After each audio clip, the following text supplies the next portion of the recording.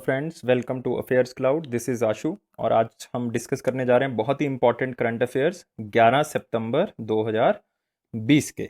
तो ये current affairs basically हम डिस्कस करने जा रहे हैं आज। बहुत ही इंपॉर्टेंट करंट अफेयर, दो न्यूज़ आप अपनी स्क्रीन के ऊपर देख रहे हो। ट्रांस फैट फ्री वर्ल्ड चाहिए 2023 तक, ये वर्ल्ड हेल्थ ऑर्गेनाइजेशन की रिपोर्ट है। और एक दिन जो कि हमने पहली बार जो है वो मनाया है, वर्ल्ड सुसाइड प्रिवेंशन डे, ताकि सुसाइड्स को रोका जा सके किसी भी तरह से। रिसेंटली आप सुशांत सिंह केस देख रहे हो। तो 11 सितंबर की ये बहुत इंपॉर्टेंट न्यूज़। लेकिन उससे पहले एक दो चीज़ें मैं आपके साथ डिस्कस करूंगा।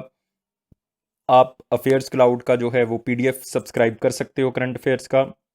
बहुत ही ज़्यादा दोस्तों मिनिमल प्राइस पे आपको मिल रहा है। और ये आपको इंग्लिश में भी और हिंदी दोनों लैंग्वेज में अवेलेबल है, तो कोई भी तरह की आपको प्रॉब्लम नहीं आएगी। इसमें आपको मंथली करंट अफेयर्स मिलेंगे और इवन मंथली टेस्ट भी होगा उसका। और ऐसे ही डेली करंट अफेयर्स मिलेंगे, daily question and answer PDF उसी के साथ अटैच होगा। और वीकली पीडीएफ मिलेगा, वीकली टेस्ट भी होगा। तो इतनी सारी चीज़ें जो हैं वो आपको ईमेल के थ्रू जो है वो आपको डेली बेसिस पे जो है वो प्रोवाइड की जाती है, उसी के अंदर अपडेट कर दी जाती हैं। और इतनी ज़्यादा मिनिमल कॉस्ट है और उसके ऊपर भी आपको 10% डिस्काउंट जो है वो मेरी तरफ से आपको दिया जा रहा है। आप मेरा कोड यूज़ कर सकते हो ASH10, तो उसके बेस पे जो है वो आप क्या कर सकते हो, डिस्काउंट ले सकते हो। तो हम स्टार्ट करते हैं फिर आज के करंट अफेयर को 11 सितंबर के पहले न्यूज़ के साथ। Who inaugurated door step banking services by public sector banks. तो पब्लिक सेक्टर बैंक्स के द्वारा जो है वो डोर स्टेप बैंकिंग सर्विसेज जो हैं वो दी जा रही हैं। तो इसको इनॉग्रेट किया गया है कि ये प्रोवाइड की जाएंगी। वैसे ये अक्टूबर 2020 से प्रोवाइड की जाएंगी। Door door step banking services का मतलब है कि आपको हर तरह की सर्विस जो है वो आपके हाथ में अवेलेबल होगी। लाइक चाहे वो कॉल सेंटर्स के थ्रू हो, मोबाइल ऐप के थ्रू हो, घर पे आके दी जाए, किसी भी तरह से जो है वो आपको सर्विस जो है वो प्रोवाइड की जाएगी, ताकि आपको कहीं भी जाने की ज़रूरत ना पड़े। तो उसको क्या कहा जाता है, डोर स्टेप बैंकिंग सर्विसेज। और इसको किसने जो है वो लॉन्च किया है अभी फिलहाल। तो इसको लॉन्च जो करने वाले हैं वो कौन है, और उसका आंसर है निर्मला सीतारमन जी, हमारे फाइनेंस मिनिस्टर, जिन्होंने इसको स्टार्ट किया। तो इन्होंने ही इसको जो है वो लॉन्च किया है। तो आप देख सकते हो निर्मला सीतारमन जी ने पब्लिक सेक्टर बैंक्स के लिए डोर स्टेप फैसिलिटी जो है वो लॉन्च की है।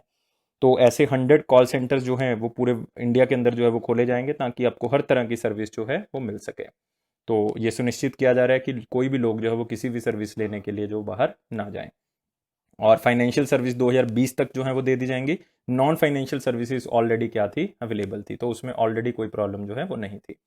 और सेकंड थिंग इसमें EASE 2.0 banking reforms award for financial year 1920 also given. और ईज का मतलब क्या है, that is enhanced access and service excellence. तो ये अवार्ड जो है वो दिए गए हैं, बैंकिंग रिफॉर्म अवार्ड दिए गए हैं। ईज बेसिकली यूज इसलिए किया गया, ये इसका सेकंड वर्जन है कि इससे क्या है, असेसिबिलिटी बढ़े लोगों की, ज़्यादा से ज़्यादा लोग सर्विसेज ले सकें और सर्विस को अच्छे तरीके से जो है प्रोवाइड किया जाए। इसलिए ये दो वर्ड से मिलकर बना है, that is the enhanced access, accessibility बढ़ाई जा सके, और सर्विस एक्सीलेंस, और सर्विस में एक्सीलेंस जो है प्राप्त की जा सके। और इसको 3 कैटेगरी में दिया जाता है। एक तो थीम वाइज विनर्स हैं। थीम वाइज विनर की तो बहुत ज़्यादा कैटेगरीज हैं, तो याद करने की ज़रूरत नहीं है उसके। थीम वाइज विनर में अगर आप देखोगे, रिस्पॉन्सिबल बैंकिंग अवार्ड किसको दिया गया है, क्रेडिट ऑफ टेक अवार्ड किसको दिया गया है, ठीक है। अगर आप देखो गवर्नेंस एंड HR अवार्ड किसको मिला है, तो मतलब आपको ऐसे अलग अलग कैटेगरी याद करने पड़ेंगी। तो वो ज़्यादा इंपॉर्टेंट नहीं है कि थीम वाइज किसको मिला है। टॉप इम्प्रूवर बैंक कौन सा है और टॉप परफॉर्मिंग बैंक कौन सा है, ये आपने याद रखना है। जो टॉप इम्प्रूवर है वो बैंक ऑफ महाराष्ट्र है, बैंक ऑफ महाराष्ट्र है।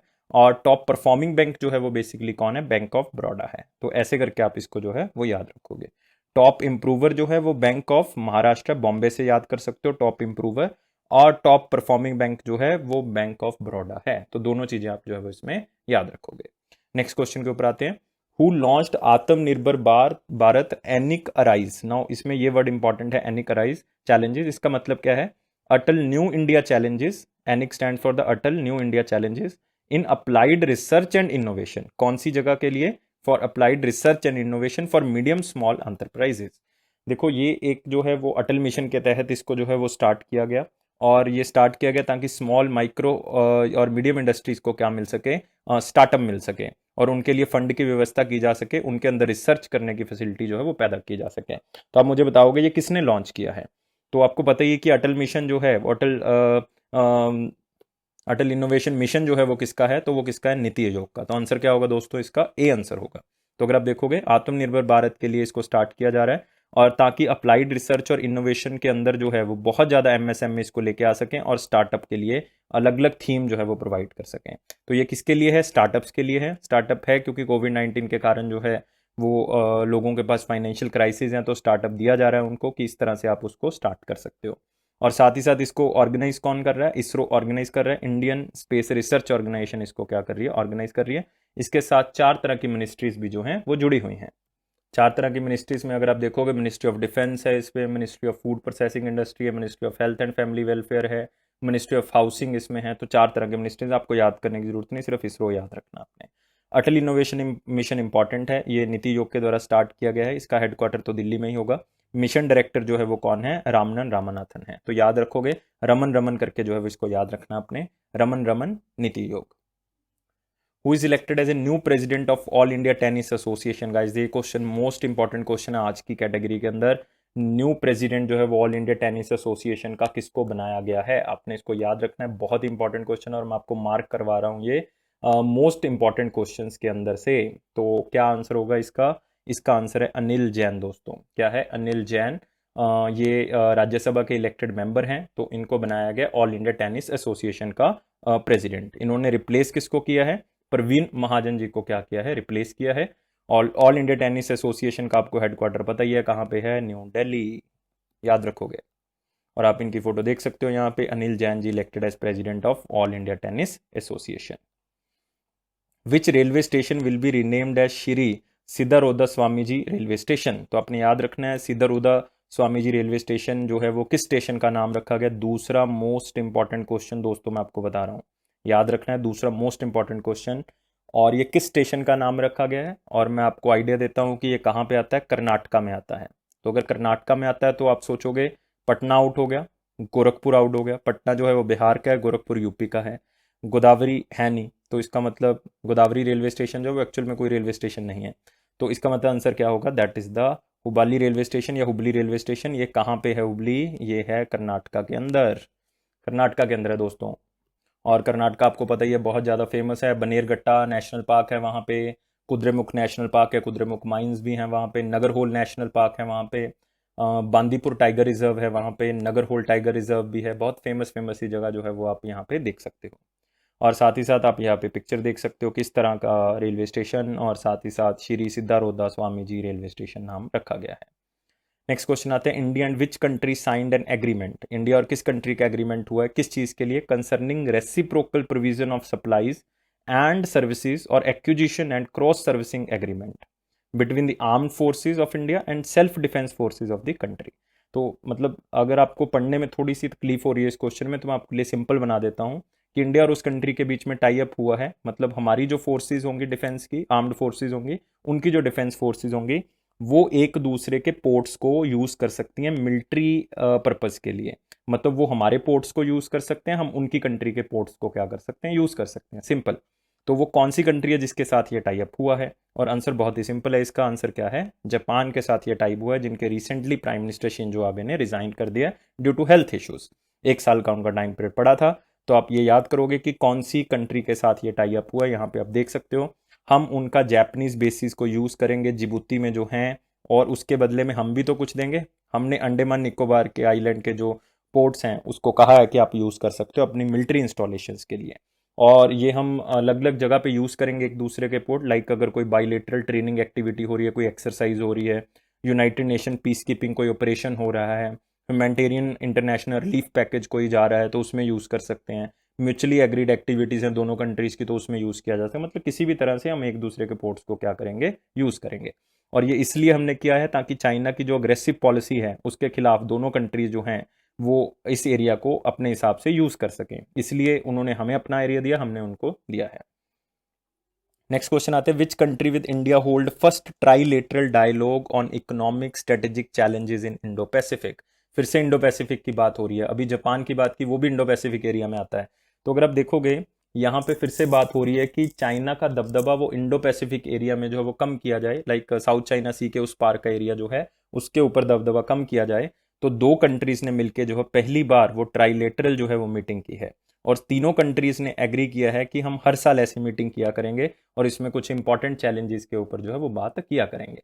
तो आपने मुझे बताना है कि कौन सी वो 2 कंट्रीज और हैं जिनके बीच में ये बात हुई है, ताकि हम एक पीसफुल, सिक्योर, प्रॉस्पेरस और एक इंडो पैसिफिक रीजन जो है वो बना सकें। तो आप मुझे बताओगे वो कंट्रीज कौन सी हैं दोस्तों? एक तो ऑस्ट्रेलिया है और दूसरी कौन सी है? फ्रांस है। मतलब आंसर हमारे पास क्या हो जाएगा? डी हो जाएगा, that is Australia and France. और आप इस पिक्चर के अंदर देख ही सकते हो, यहाँ पे इंडिया, फ्रांस, ऑस्ट्रेलिया जो है वो तीनों ने मिलके जो है इसको साइन किया है। और साथ ही साथ आपने याद रखना है दोस्तों, ऑस्ट्रेलिया की कैपिटल जो है वो कैनबरा है। और साथ ही साथ जो है वो करेंसी है ऑस्ट्रेलियन डॉलर, वो आपको पता ही है। और साथ ही साथ जो है वो प्राइम मिनिस्टर वो है स्कॉट जॉन। कौन है? Scott John. और यहीं आपने याद रखना है फ्रांस के बारे में, कैपिटल सबको पता है पेरिस है। करेंसी वो 2 यूज़ करते हैं बेसिकली, एक तो यूरो यूज़ करते हैं, एक फ्रैंक यूज़ करते हैं, फ्रैंक स्विट्जरलैंड भी यूज़ करता है। प्राइम मिनिस्टर जो है वो जीन कैस्टेक्स हैं। कौन है? Gene Castex, CASTEX, gene Castex. तो वो क्या है? वहाँ के प्राइम मिनिस्टर। तो यहाँ पे देख सकते हो कि क्यों ये मीटिंग हुई है, ताकि इंडो पैसिफिक रीजन में हम अपना हाथ जो है वो पकड़ मजबूत बना सकें। सिंपली याद रखना है इस न्यूज़ को, कोई इसमें डिफिकल्टी नहीं लेके आनी। नेक्स्ट आते हैं, which organization released a report named as count down to 2023 report on global trans fat elimination 2020। तो एक रिपोर्ट पेश की गई है जो कि ट्रांस फैट से रिलेटेड है, आप कह सकते हो मोटापे से रिलेटेड है, ओबेसिटी से रिलेटेड है, लोगों की हेल्थ प्रॉब्लम से, इशू से रिलेटेड है, कि एक ट्रांस फैट को हमने बिल्कुल ही एलिमिनेट कर देना है पूरे वर्ल्ड में। कौन से ईयर तक? 2023 तक। तो उसके लिए काउंट डाउन जो है वो क्या हो चुका है? स्टार्ट हो चुका है। उल्टी गिनती जो है वो क्या हो चुकी है? स्टार्ट हो चुकी है। तो इसके लिए काफ़ी कंट्रीज़ ने जो है वो हाँ भी कर दी है कि हम ऑलरेडी जो है वो इसके ऊपर काम कर चुके हैं, जिसमें इंडिया भी एक है कि हम काम कर चुके हैं उसके ऊपर। तो ये किस ऑर्गेनाइजेशन ने इस रिपोर्ट को जो है वो रिलीज़ किया है? तो इसका आंसर दोस्तों बहुत ही सिंपल है। मैं पहले ही जब हमने वीडियो को स्टार्ट किया था तो मैंने दिखाया था आंसर क्या है इसका, WHO। तो आप देख सकते हो WHO ने जो है वो ये रिपोर्ट को पब्लिश किया है कि ट्रांस फैट को फ्री कर देना है हमने। और ये टारगेट रखा गया था कि 2023 तक हमने जो है वो ट्रांस फैट को फ्री कर देना है।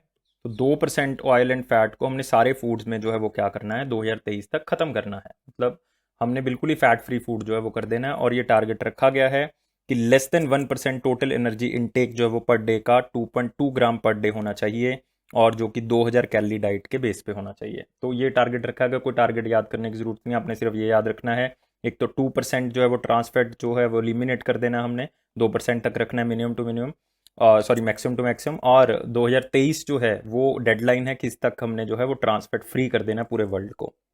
58 कंट्रीज ऑलरेडी ये टारगेट को रखा हुआ उन्होंने 2021 तक ख़त्म करने के लिए, लेकिन इंडिया ने जो है वो 2018 में ये पास किया था कि हमने 2022 तक जो है वो रिड्यूस कर देना है 2% तक। ये हमारा टारगेट था कि 2% तक हमने 2022 तक कर देना है।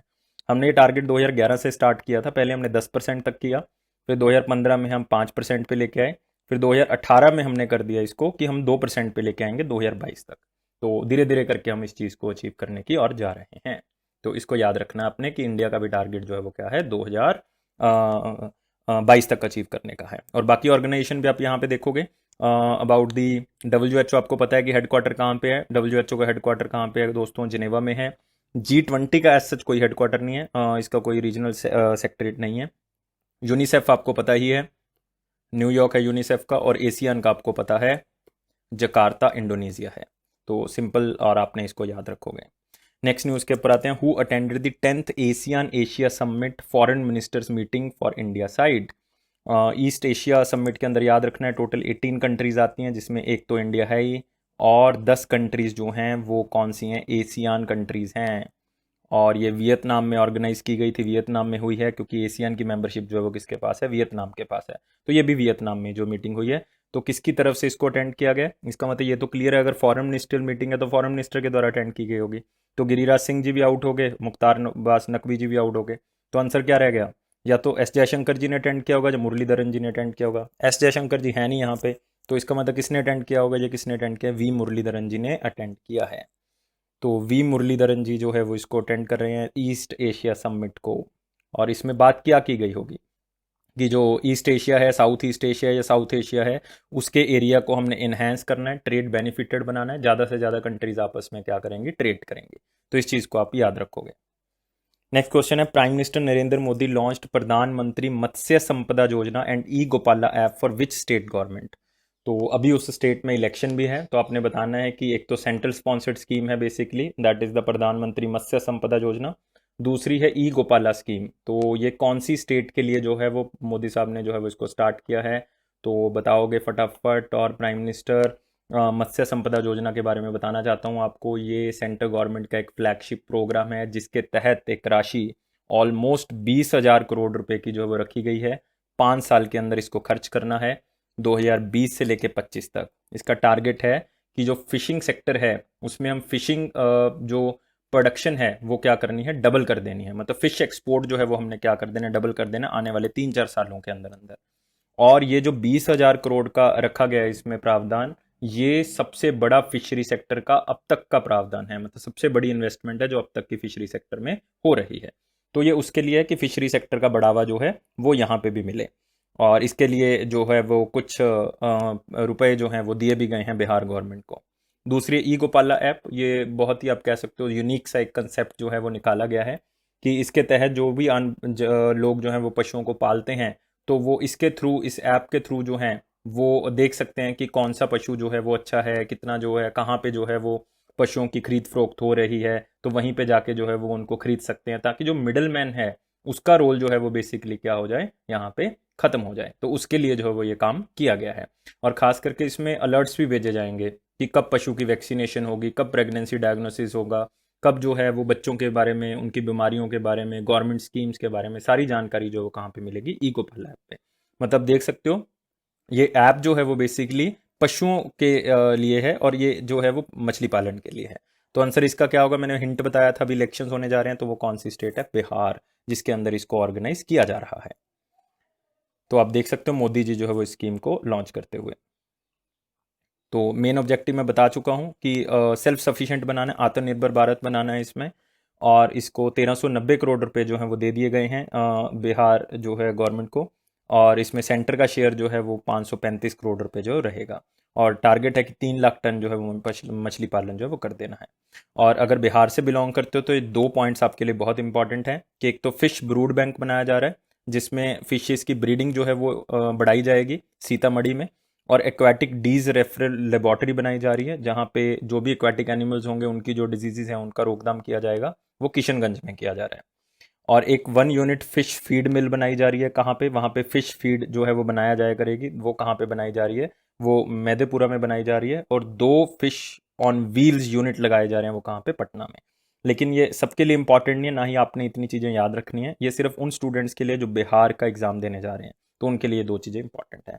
और आपको जस्ट इतना पता होना चाहिए कि ई गोपाल ऐप किसके लिए है, वो मैं बता चुका हूँ, लाइव स्टॉक के लिए है। नेक्स्ट न्यूज आते हैं दोस्तों। Which organization released a report named as living planet report 2020। बहुत ही इंपॉर्टेंट रिपोर्ट है प्लैनेटरी, अगर आप कहोगे एनिमल्स के लिए, क्योंकि इसमें बताया गया है कि काफ़ी तरह की एनिमल स्पीशीज़ जो है वो 68% तक रिड्यूस हो चुकी हैं। इसके पीछे कारण जो है वो आप देख ही सकते हो, ग्लोबल वार्मिंग है, डिफोरेस्टेशन को सबसे बड़ा कारण माना गया है। तो इसके कारण जो है वो जो वर्टिब्रेट पॉपुलेशन है, मतलब जो एनिमल की वर्टिब्रेट पॉपुलेशन है, वर्टिब्रेट का मतलब होता है जिनके अंदर बैकबोन होती है, तो उसको कहते हैं वर्टिब्रेट पॉपुलेशन, वो 68% तक रिड्यूस हो गई है 2016 तक। मतलब इसका बेस ईयर है 1970, कि 1970 के साथ अगर कंपेयर करें 2016 के एंड तक, तो 68% पॉपुलेशन इन एनिमल्स की डिजीज हो चुकी है। तो अगर डिक्रीज हो चुकी है तो इसका मतलब ये इस रिपोर्ट के अंदर बताया गया होगा। तो हमने यही पूछा है कि ये रिपोर्ट किसने रिलीज की है। तो ये रिपोर्ट रिलीज किया दोस्तों WWF ने, that is world wild life fund ने। वर्ल्ड वाइल्ड लाइफ फंड ने इसको रिलीज किया है। आप देख सकते हो 68% ऑन एन एवरेज जो है वो स्पीशीज की पॉपुलेशन डिक्लाइन होगी है। और कंपेयर किया गया इन 2 ईयर्स को। और खास करके जितनी इन्फेक्शियस डिजीजेज हैं वो भी ये माना गया है 60% उसमें से जो है वो एनिमल्स के कारण ही हो रही हैं। जैसे आप कोरोना भी देख रहे हो बैट के कारण, बर्ड, तो ये बर्ड और एनिमल्स के कारण जो है इसको फैला जा रहा है। और ख़ास करके ये भी है कि कन्वर्टिंग, मैं पहले बता चुका हूँ, डिफोरेस्टेशन एक सबसे बड़ा कारण है कि हम लैंड को काट के जो है, मतलब हम जंगलों को काट के लैंड को फूड प्रोडक्शन के लिए जो वो क्या कर रहे हैं, यूज़ कर रहे हैं। तो एक नेचुरल लॉस हो रहा है जिसके कारण एनिमल लॉस भी साथ में जो है वो आ रहा है। तो इसको भी आपने याद रखना है। तो WWF जो है वो डायरेक्टर जनरल याद करने की जरूरत नहीं, दैट इज़ द मार्को लैम्बर्टिनी। और हेडक्वार्टर जो है वो कहाँ पे, ग्लैंड स्विट्जरलैंड। बाकी ऑर्गेनाइजेशंस के भी हेडक्वार्टर देख सकते हो। WWF का ग्लैंड स्विट्जरलैंड में है, पेटा का एस सच USA में है। और WHO का आपको पता ही है जिनेवा में, यूनेस्को का आपको पता है कहाँ पे है, that is in Paris, UNESCO का कहाँ पे, पेरिस। नेक्स्ट आ जाओ अगला question, who launch central bank digital currencies testing platform A virtual testing environment for central banks. तो अब क्या हो रहा है कि कोरोना के कारण जो है वो काफ़ी कंट्रीज जो हैं वो ई करेंसी लॉन्च कर रही हैं। तो इंडिया भी जो है वो उसको लॉन्च करना चाहता है, अभी इंडिया में रिसर्च चल रही है। तो उसको टेस्ट करने के लिए कि इंडिया जो है वो लॉन्च कर सकता है, किस तरह के प्लेटफॉर्म होंगे, तो एक टेस्टिंग प्लेटफॉर्म बनाया गया है डिजिटल करेंसीज को टेस्ट करने के लिए।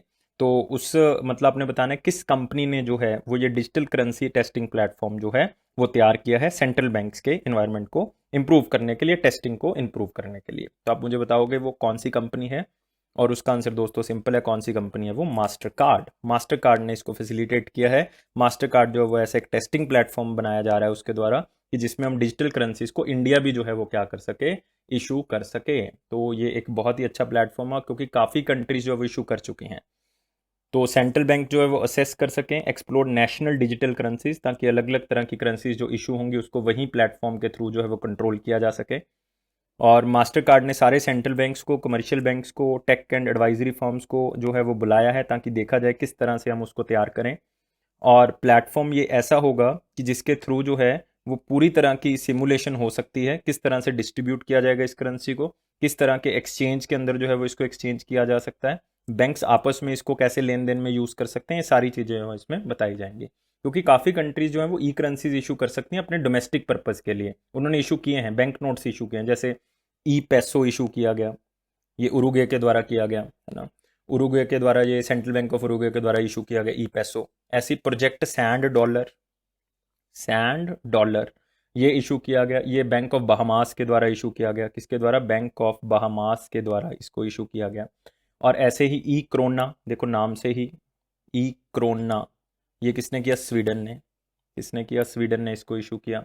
ऐसे E R M B, E R M B किसने इशू किया, चाइना ने, पीपल्स बैंक ऑफ चाइना ने इशू कर दिया।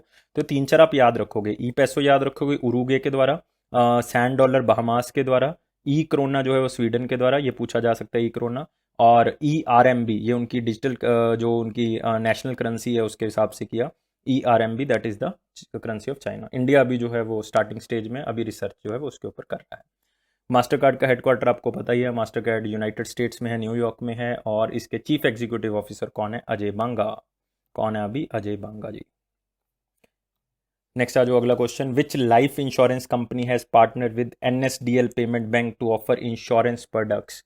तो मैंने बताया था जब कोई भी बैंक किसी इंश्योरेंस कंपनी के साथ टाई अप करता है या इंश्योरेंस कंपनी बैंक के साथ टाई अप करती है तो इसका एक ही कारण होता है कि जो बैंक के कस्टमर हैं उनको इंश्योरेंस प्रोडक्ट्स क्या किए जाएं, सेल किए जा सकें। तो इसीलिए जो है वो इंश्योरेंस कंपनी के साथ क्या होता है, टाई अप किया जाता है। और ये टाई अप किया गया एनएसडीएल के साथ, नेशनल सिक्योरिटी डिपॉजिटरी लिमिटेड के साथ। तो उनकी एक सब्सिडरी है national security depository limited payment bank. तो कौन सी इंश्योरेंस कंपनी ने टाई अप किया, तो बहुत ही सिंपल है, इसका आंसर क्या होगा, ए, आईसीआईसी प्रूडेंशियल ने ये टाई अप जो है वो किया है। नाउ आप देख सकते हो आईसीआईसी प्रूडेंशियल और एनएसडीएल। तो इसमें कुछ याद करने वाला नहीं, सिर्फ याद रखना है कि कौन से बैंक के प्रोडक्ट्स के साथ जो है वो कौन सी इंश्योरेंस कंपनी का टाई अप है। नेक्स्ट एक दिन के बारे में बात करते हैं और इसको पिक्चर से ही सीखोगे आप, और ये बहुत ही इंपॉर्टेंट, मैंने स्टार्टिंग में बताया था, international day to protect education from attack. ये जो है वो पहली बार जो है वो मनाया जा रहा है, international day to protect education from attack. ये सबसे पहली बार मनाया जा रहा है। कौन सी डेट को मनाया गया, ये 9 सितंबर को जो है वो इसको ऑर्गेनाइज किया गया। इसका एक ही थीम था, प्रोटेक्शन, प्रोटेक्ट एजुकेशन सेव ए जनरेशन। क्योंकि क्या हो रहा है कि इसके द्वारा जो है अवेयरनेस क्रिएट की जा रही है कि किस तरह से स्कूल जो है बहुत ही एक इम्पॉर्टेंट रोल है उनका, बच्चों को बचा के रखते हैं। एजुकेटर जो हैं वो बच्चों को बहुत अच्छे तरीके से जो है वो आगे एजुकेट करते हैं, लाइफ चैलेंजेस के बारे में बताते हैं। और एक रिलेशन है बेसिकली एजुकेटर्स का भी और साथ में स्टूडेंट्स का भी, और उनको बचा के भी रखता है। क्योंकि कोविड के कारण जो है वो ये माना गया है कि 90% पूरे वर्ल्ड के स्टूडेंट जो है वो इस पेंडेमिक के कारण जो है वो पढ़ने में जो है वो क्या हो गए, वीक हो गए हैं। और साथ ही साथ जो है वो स्कूल जो है वो 90% क्लोज हो चुके हैं, जिसके कारण जो है बहुत बड़ी प्रॉब्लम क्रिएट हो रही है। इसलिए इसको 9 सितंबर को जो है वो क्या किया जा रहा है, इसको ऑर्गेनाइज किया जा रहा है, international day to protect education from attack. याद रखना है पहली बार ही मनाया जा रहा है। और ये यूनिसेफ के द्वारा ऑर्गेनाइज किया जा रहा है। और यूनिसेफ के बारे में पता होना चाहिए, हेडक्वार्टर कहाँ पे है, न्यूयॉर्क, ऑलरेडी बता चुका हूँ आपको। और इनके एग्जीक्यूटिव डायरेक्टर कौन है, हेनरीटा हैं, हेनरीटा। नेक्स्ट क्वेश्चन है हमारे पास, world suicide prevention day. World suicide prevention day मनाया जा रहा है बेसिकली किस दिन मनाया गया? 10 सितंबर को जो है वो इसको मनाया गया। ये इसलिए है ताकि जो सुसाइड केसेस बढ़ रहे हैं किसी तरह से उसको रोका जा सके, और एट ए टाइम जब बंदे के दिमाग में सुसाइड का ख्याल आता है तो उसको उसी टाइम पीरियड पे उस तक पहुंचा जाए और उसको उसका ध्यान जो है वो क्या कर दिया जाए, डाइवर्ट कर दिया जाए। मतलब उसकी मेंटल हेल्थ से रिलेटेड उसको क्या किया जाए, जागरूक किया जाए, और इससे सुसाइड को रोका जा सकता है। थीम क्या था कि एक साथ मिलके हम क्या करेंगे, सुसाइड को रोकेंगे, ताकि राइट टू लाइफ जो है वो क्या रहे, बचा रहे। तो इसको भी आपने याद रखना है। नेक्स्ट आते हैं, which leading financial solution company launched its tech enabled services cash advance, एक collateral free line of credit for the businesses. तो कोविड-19 के कारण आपने देखा है कि मैक्सिमम कंपनीज जो हैं वो इस चीज़ से जूझ रही हैं कि उनके पास पैसे नहीं हैं। तो एक फाइनेंशियल सोल्यूशन कंपनी सामने आई है, बेसिकली आप कह सकते हो कर्नाटका बेस्ड कंपनी है। तो वो ये सुविधा दे रही है अपने कस्टमर्स को कि आप हमसे जो है वो कोलेटरल फ्री लोन ले सकते हो, 50,000 रुपये से लेके 10 लाख रुपए तक का हम आपको लोन देंगे। कोई कोलेटरल नहीं होगी, मतलब कुछ मॉर्टगेज नहीं रखना पड़ेगा, कुछ हमारे पास नहीं रखना पड़ेगा, आप लोन ले सकते हो। उसके ऊपर आपको आप इंटरेस्ट जो है वो भी आप जो है वो इंस्टॉलमेंट में दे सकते हो, ताकि कोविड-19 से आप जो है वो बेसिकली पूरी तरह से जूझ पाओ और पूरी तरह से जो है वो उसको रोक सको। और ये कौन सी कंपनी है? ये है रेजर पे। रेजर पे फाइनेंशियल सोल्यूशन ने इसको जो है वो स्टार्ट किया है। तो आप देख सकते हो रेजर पे ने इसको जो है वो क्या किया है, स्टार्ट किया है। तो इसको याद रखोगे। ये बेसिकली इजी, इंस्टेंट और लेस स्ट्रेसफुल फाइनेंशियल प्रोसेस है, क्योंकि इसको जो है वो ऑनलाइन देने की भी जो है सुविधा प्रोवाइड की गई है। और ये शॉर्ट टर्म क्रेडिट लाइन है, एकदम से आपको पैसा चाहिए तो आप ले सकते हो।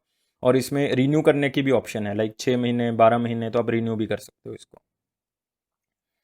Next, which wushu player silver medal at 2019 world championship upgraded to gold medal. ये एक अलग से न्यूज़ थी, और ये मेरे ख्याल से इंडिया में पहली बार हुआ है कि पहले उस लड़की ने जो है वो सिल्वर मेडल जीत लिया था। 2019 की जो वर्ल्ड चैंपियनशिप हुई थी वुशु। वुशु बेसिकली क्या है, एक मार्शल आर्ट है। तो चाइना में उसको वुशु कहा जाता है, चाइनीज़ लैंग्वेज में, अदरवाइज वो मार्शल आर्ट है। तो सिल्वर मेडल जीता था। जो पहले जिनको गोल्ड मेडल मिला था वो डोप टेस्ट के अंदर फेल हो गई, जिसके कारण जो है उनका जो मेडल अब गोल्ड है वो चला गया, और सिल्वर वाले को क्या दे दिया गया, गोल्ड दे दिया गया। मतलब इंडियन प्लेयर जो है वो बन गई हैं गोल्ड मेडलिस्ट। आपने बताना है वो कौन है, वो है पूनम खत्री। आप देख सकते हो यहाँ पे पूनम खत्री को, और इनको वुशु चैंपियनशिप का डिक्लेयर कर दिया है गोल्ड मेडल। ठीक है, गोल्ड मेडल इनको दे दिया गया। आप देख सकते हो पहले थी मरियम हशेमी। ये कहाँ से बिलोंग करती थी? ये ईरान से बिलोंग करती थी, लेकिन ये डोप टेस्ट फेल कर गई, जिसके कारण ये प्रॉब्लम आई। और अब ये तीसरी ऐसी प्लेयर बन गई हैं जिनको गोल्ड मेडल मिला है वुशु चैंपियनशिप के अंदर। क्योंकि पहली अगर आप देखोगे, पहली कौन थी हमारे पास, दिस इज पूजा काद्यान, दूसरी थी प्रवीण कुमार, और तीसरी कौन बन गया, पूनम खत्री। तीनों का नाम अगर आप देखोगे पी से जो है वो स्टार्ट हो रहा है। नेक्स्ट न्यूज़ के ऊपर आते हैं, what is the name of the state first telemedicine platform launched by the Nagaland government. मतलब आप जो है वो घर बैठ के ही जो है वो मेडिसिन के बारे में पूछ सकते हो, डॉक्टर को दिखा सकते हो। तो ऐसी टेली मेडिसिन की सुविधा जो है वो नागालैंड गवर्नमेंट ने उपलब्ध की है। उस सुविधा का नाम क्या है, उस प्लेटफॉर्म का नाम क्या है? तो उसका नाम आपने बताना है, और बहुत ही सिंपल है, आंसर क्या है, नागा टेली हेल्थ। आप देख सकते हो यहाँ पे नागा टेली हेल्थ जो है वो हेल्थ और वेलनेस जो है वो लोगों के घर तक पहुँचाएगी। सारी चीज़ें जो है वो घर तक है, चाहे वो डॉक्टर है, चाहे वो मेडिकेयर है, चाहे कुछ भी है, तो घर तक पहुंचाने का जिम्मा जो है वो सरकार की तरफ से लिया गया। तो ये एक अच्छा अलग से एक कंसेप्ट जो है वो यहाँ पे आप देख सकते हो। वैसे पूरे इंडिया में भी चल रहा है एक नाम, ई संजीवनी के नाम से। वो भी है कि ऑनलाइन ही दिखा सकते हो, ऑनलाइन ही जो है सारी चीज़ें कर सकते हो, तो उसको कहा गया ई संजीवनी। नेक्स्ट आते हैं, which state government decided to reintroduce Deen Dayal Upadhyay रसोई योजना। ये भी बहुत इंपॉर्टेंट है, क्योंकि ये पहले उस स्टेट ने स्टार्ट किया था, और इसको देखा देखी में काफ़ी स्टेट्स ने स्टार्ट कर लिया था। इवन पंजाब में, हरियाणा में ये काफ़ी चल भी रहा है आजकल। तो दीनदयाल रसोई योजना था कि इसमें बहुत ही कम दाम में जो है एक रसोई बना के उसमें खाना दिया जाता है, लाइक 5 रुपये में, 10 रुपये में थाली दी जाती है, तो 2 रुपये में, 4 रुपये में, तो इस तरह से जो है वो खाना जो है वो प्रोवाइड किया जाता है। क्लियर? तो पहले तो 5 रुपये में ही देना स्टार्ट कर दिया था, बाद में 10 रुपये देना स्टार्ट कर दिया, फिर वो बेसिकली फंड खत्म हो गए सरकार के पास, तो इसको बंद कर दिया था। तो वैसे तो इसको 2017 में स्टार्ट किया गया था, लेकिन फिर इसको 2018 में स्टार्ट किया गया, 19 में भी किया गया, अब दोबारा से 20 में किया जा रहा है। तो अन्नतोदय रसोई योजना दीनदयाल उपाध्याय, तो किस स्टेट गवर्नमेंट ने इसको दोबारा से स्टार्ट किया? आंसर क्या है, मध्य प्रदेश का। आंसर क्या है, मध्य प्रदेश। क्लियर? तो पूरे मतलब पूरी स्टेट में जो है वो 100 सेंटर जो है वो इसके खोलने की जो है आशा है। देख सकते हो आप यहाँ पे थाली दी जा रही है, लेकिन सिर्फ 10 रुपये, the government of Madhya Pradesh के द्वारा। नेक्स्ट आते हैं, which day is celebrated as Himalayan day और द हिमालय दिवस 2020। तो जो लोग हिमालयन स्टेट से बिलोंग करते हैं, या हिमाचल या उत्तराखंड या त्रिपुरा, अरुणाचल प्रदेश, लद्दाख, जम्मू कश्मीर से बिलोंग करते हैं, तो उनके लिए बहुत इंपॉर्टेंट न्यूज़ है। हिमालयन दिवस या हिमालयन डे मनाया जाता है 9 सितंबर को, तो बहुत इंपॉर्टेंट है, 9 सितंबर को इसको मनाया जाता है। और ये बेसिकली अगर आप देखोगे, हरीश रावत जी जो उत्तराखंड के चीफ मिनिस्टर थे 2014 में, तो उन्होंने इसको प्रपोजल को एक्सेप्ट किया था, और 2015 में इसको पहली बार मनाया गया था हिमालयन डे और हिमालय दिवस के नाम से। आप यहाँ पे देख सकते हो हिमालयन डे। और इसको 9 सितंबर को जो है वो ये अवेयरनेस क्रिएट करता है कि कंजर्वेशन और हिमालयन इकोसिस्टम को बचा के रखना है। और इसका थीम क्या था, हिमालयज एंड द नेचर। और इसी प्रोग्राम के दौरान जो है एम वेंकैया नायडू जी ने एक बुक को भी रिलीज़ किया जिसका नाम था संसद में हिमालय, और इसको लिखा किसने है, रमेश पोखरियाल निशांक ने, हमारे जो एजुकेशन मिनिस्टर हैं, तो आप याद रखोगे रमेश पोखरियाल जी ने इसको लिखा है, नाम क्या है, संसद में हिमालय। नेक्स्ट बेसिकली न्यूज़ नहीं है कि इन्फॉर्मेशन है कि जो हमारा टारगेट था 1.5 डिग्री सेल्सियस का, कि हमने इतनी रेंज में रखना है टेम्परेचर को, इससे ज़्यादा और ज़्यादा बढ़ने नहीं देना, क्योंकि ग्लोबल वार्मिंग बढ़ रही है। तो अगर 1.5 degree Celsius temperature on an average पूरे वर्ल्ड का बढ़ता है, तो मेल्टिंग जो है वो ग्लेशियर्स की स्टार्ट हो जाएगी और बहुत ज़्यादा प्रॉब्लम्स क्रिएट हो जाएगी। तो अब यूनाइटेड नेशन इन्वायरमेंट प्रोग्राम के थ्रू वार्न किया गया है लोगों को कि अब ये लिमिट जो है वो क्रॉस होने वाली है, टेम्परेचर ज़्यादा बढ़ रहा है, तो इससे हमें सावधान रहना होगा। तो ये आपने थोड़ा सा याद रखना है। तो मेरे ख्याल से सारी न्यूज़ आपको क्लियर होंगी। और अगर आपको ये वीडियो अच्छा लगा तो आप इसको सब्सक्राइब जरूर करें अगर आपने पहली बार देखा है। रोज़ आपको इसी तरह से वीडियो मिलेगा, हिंदी और इंग्लिश में, दोनों तरफ से। इंग्लिश वाला हम पहले अपलोड करते हैं, हिंदी वाला उसके बाद अपलोड करते हैं। और इस वीडियो को ज़रूर लाइक करें, क्योंकि जब तक लाइक नहीं करोगे तब तक हमें मोटिवेशन ही नहीं मिलेगा। मोटिवेशन मिलेगा तो हम आपके लिए अलग अलग तरह की चीज़ें लेके आएंगे। अभी सिर्फ करंट अफेयर आ रहा है, अगर आप इसी तरह से लाइक देते रहे तो हम आपके लिए कुछ बर्निंग इश्यूज़ के ऊपर भी टॉपिक लेके आया करेंगे। इवन कुछ अलग अलग टॉपिक्स जैसे इलेक्शन कमीशन हो गया, या कोई ज्योग्राफी का कोई टॉपिक हो गया, तो ऐसे उठा उठा के हम आपके लिए जो है वो तैयार करेंगे उस चीज़ को। तो ज़्यादा से ज़्यादा लाइक्स करो। और ये फेयर्स क्लाउड और मेरा वादा है कि ये आपका 101% जो है वो आपका कॉन्फिडेंस बूस्ट करेगा। और साथ ही साथ जो है कोई भी क्वेश्चन हमारे वीडियो और न्यूज़ से जो है वो बाहर से नहीं आएगा। और सिर्फ इसी सेक्शन को आप बहुत अच्छे से करो और हमारे करंट अफेयर्स को सब्सक्राइब करो। बहुत ही मिनिमल कॉस्ट पे हम आपको जो है प्रोवाइड करें 1 साल की सब्सक्रिप्शन के साथ। Thank you for watching this video.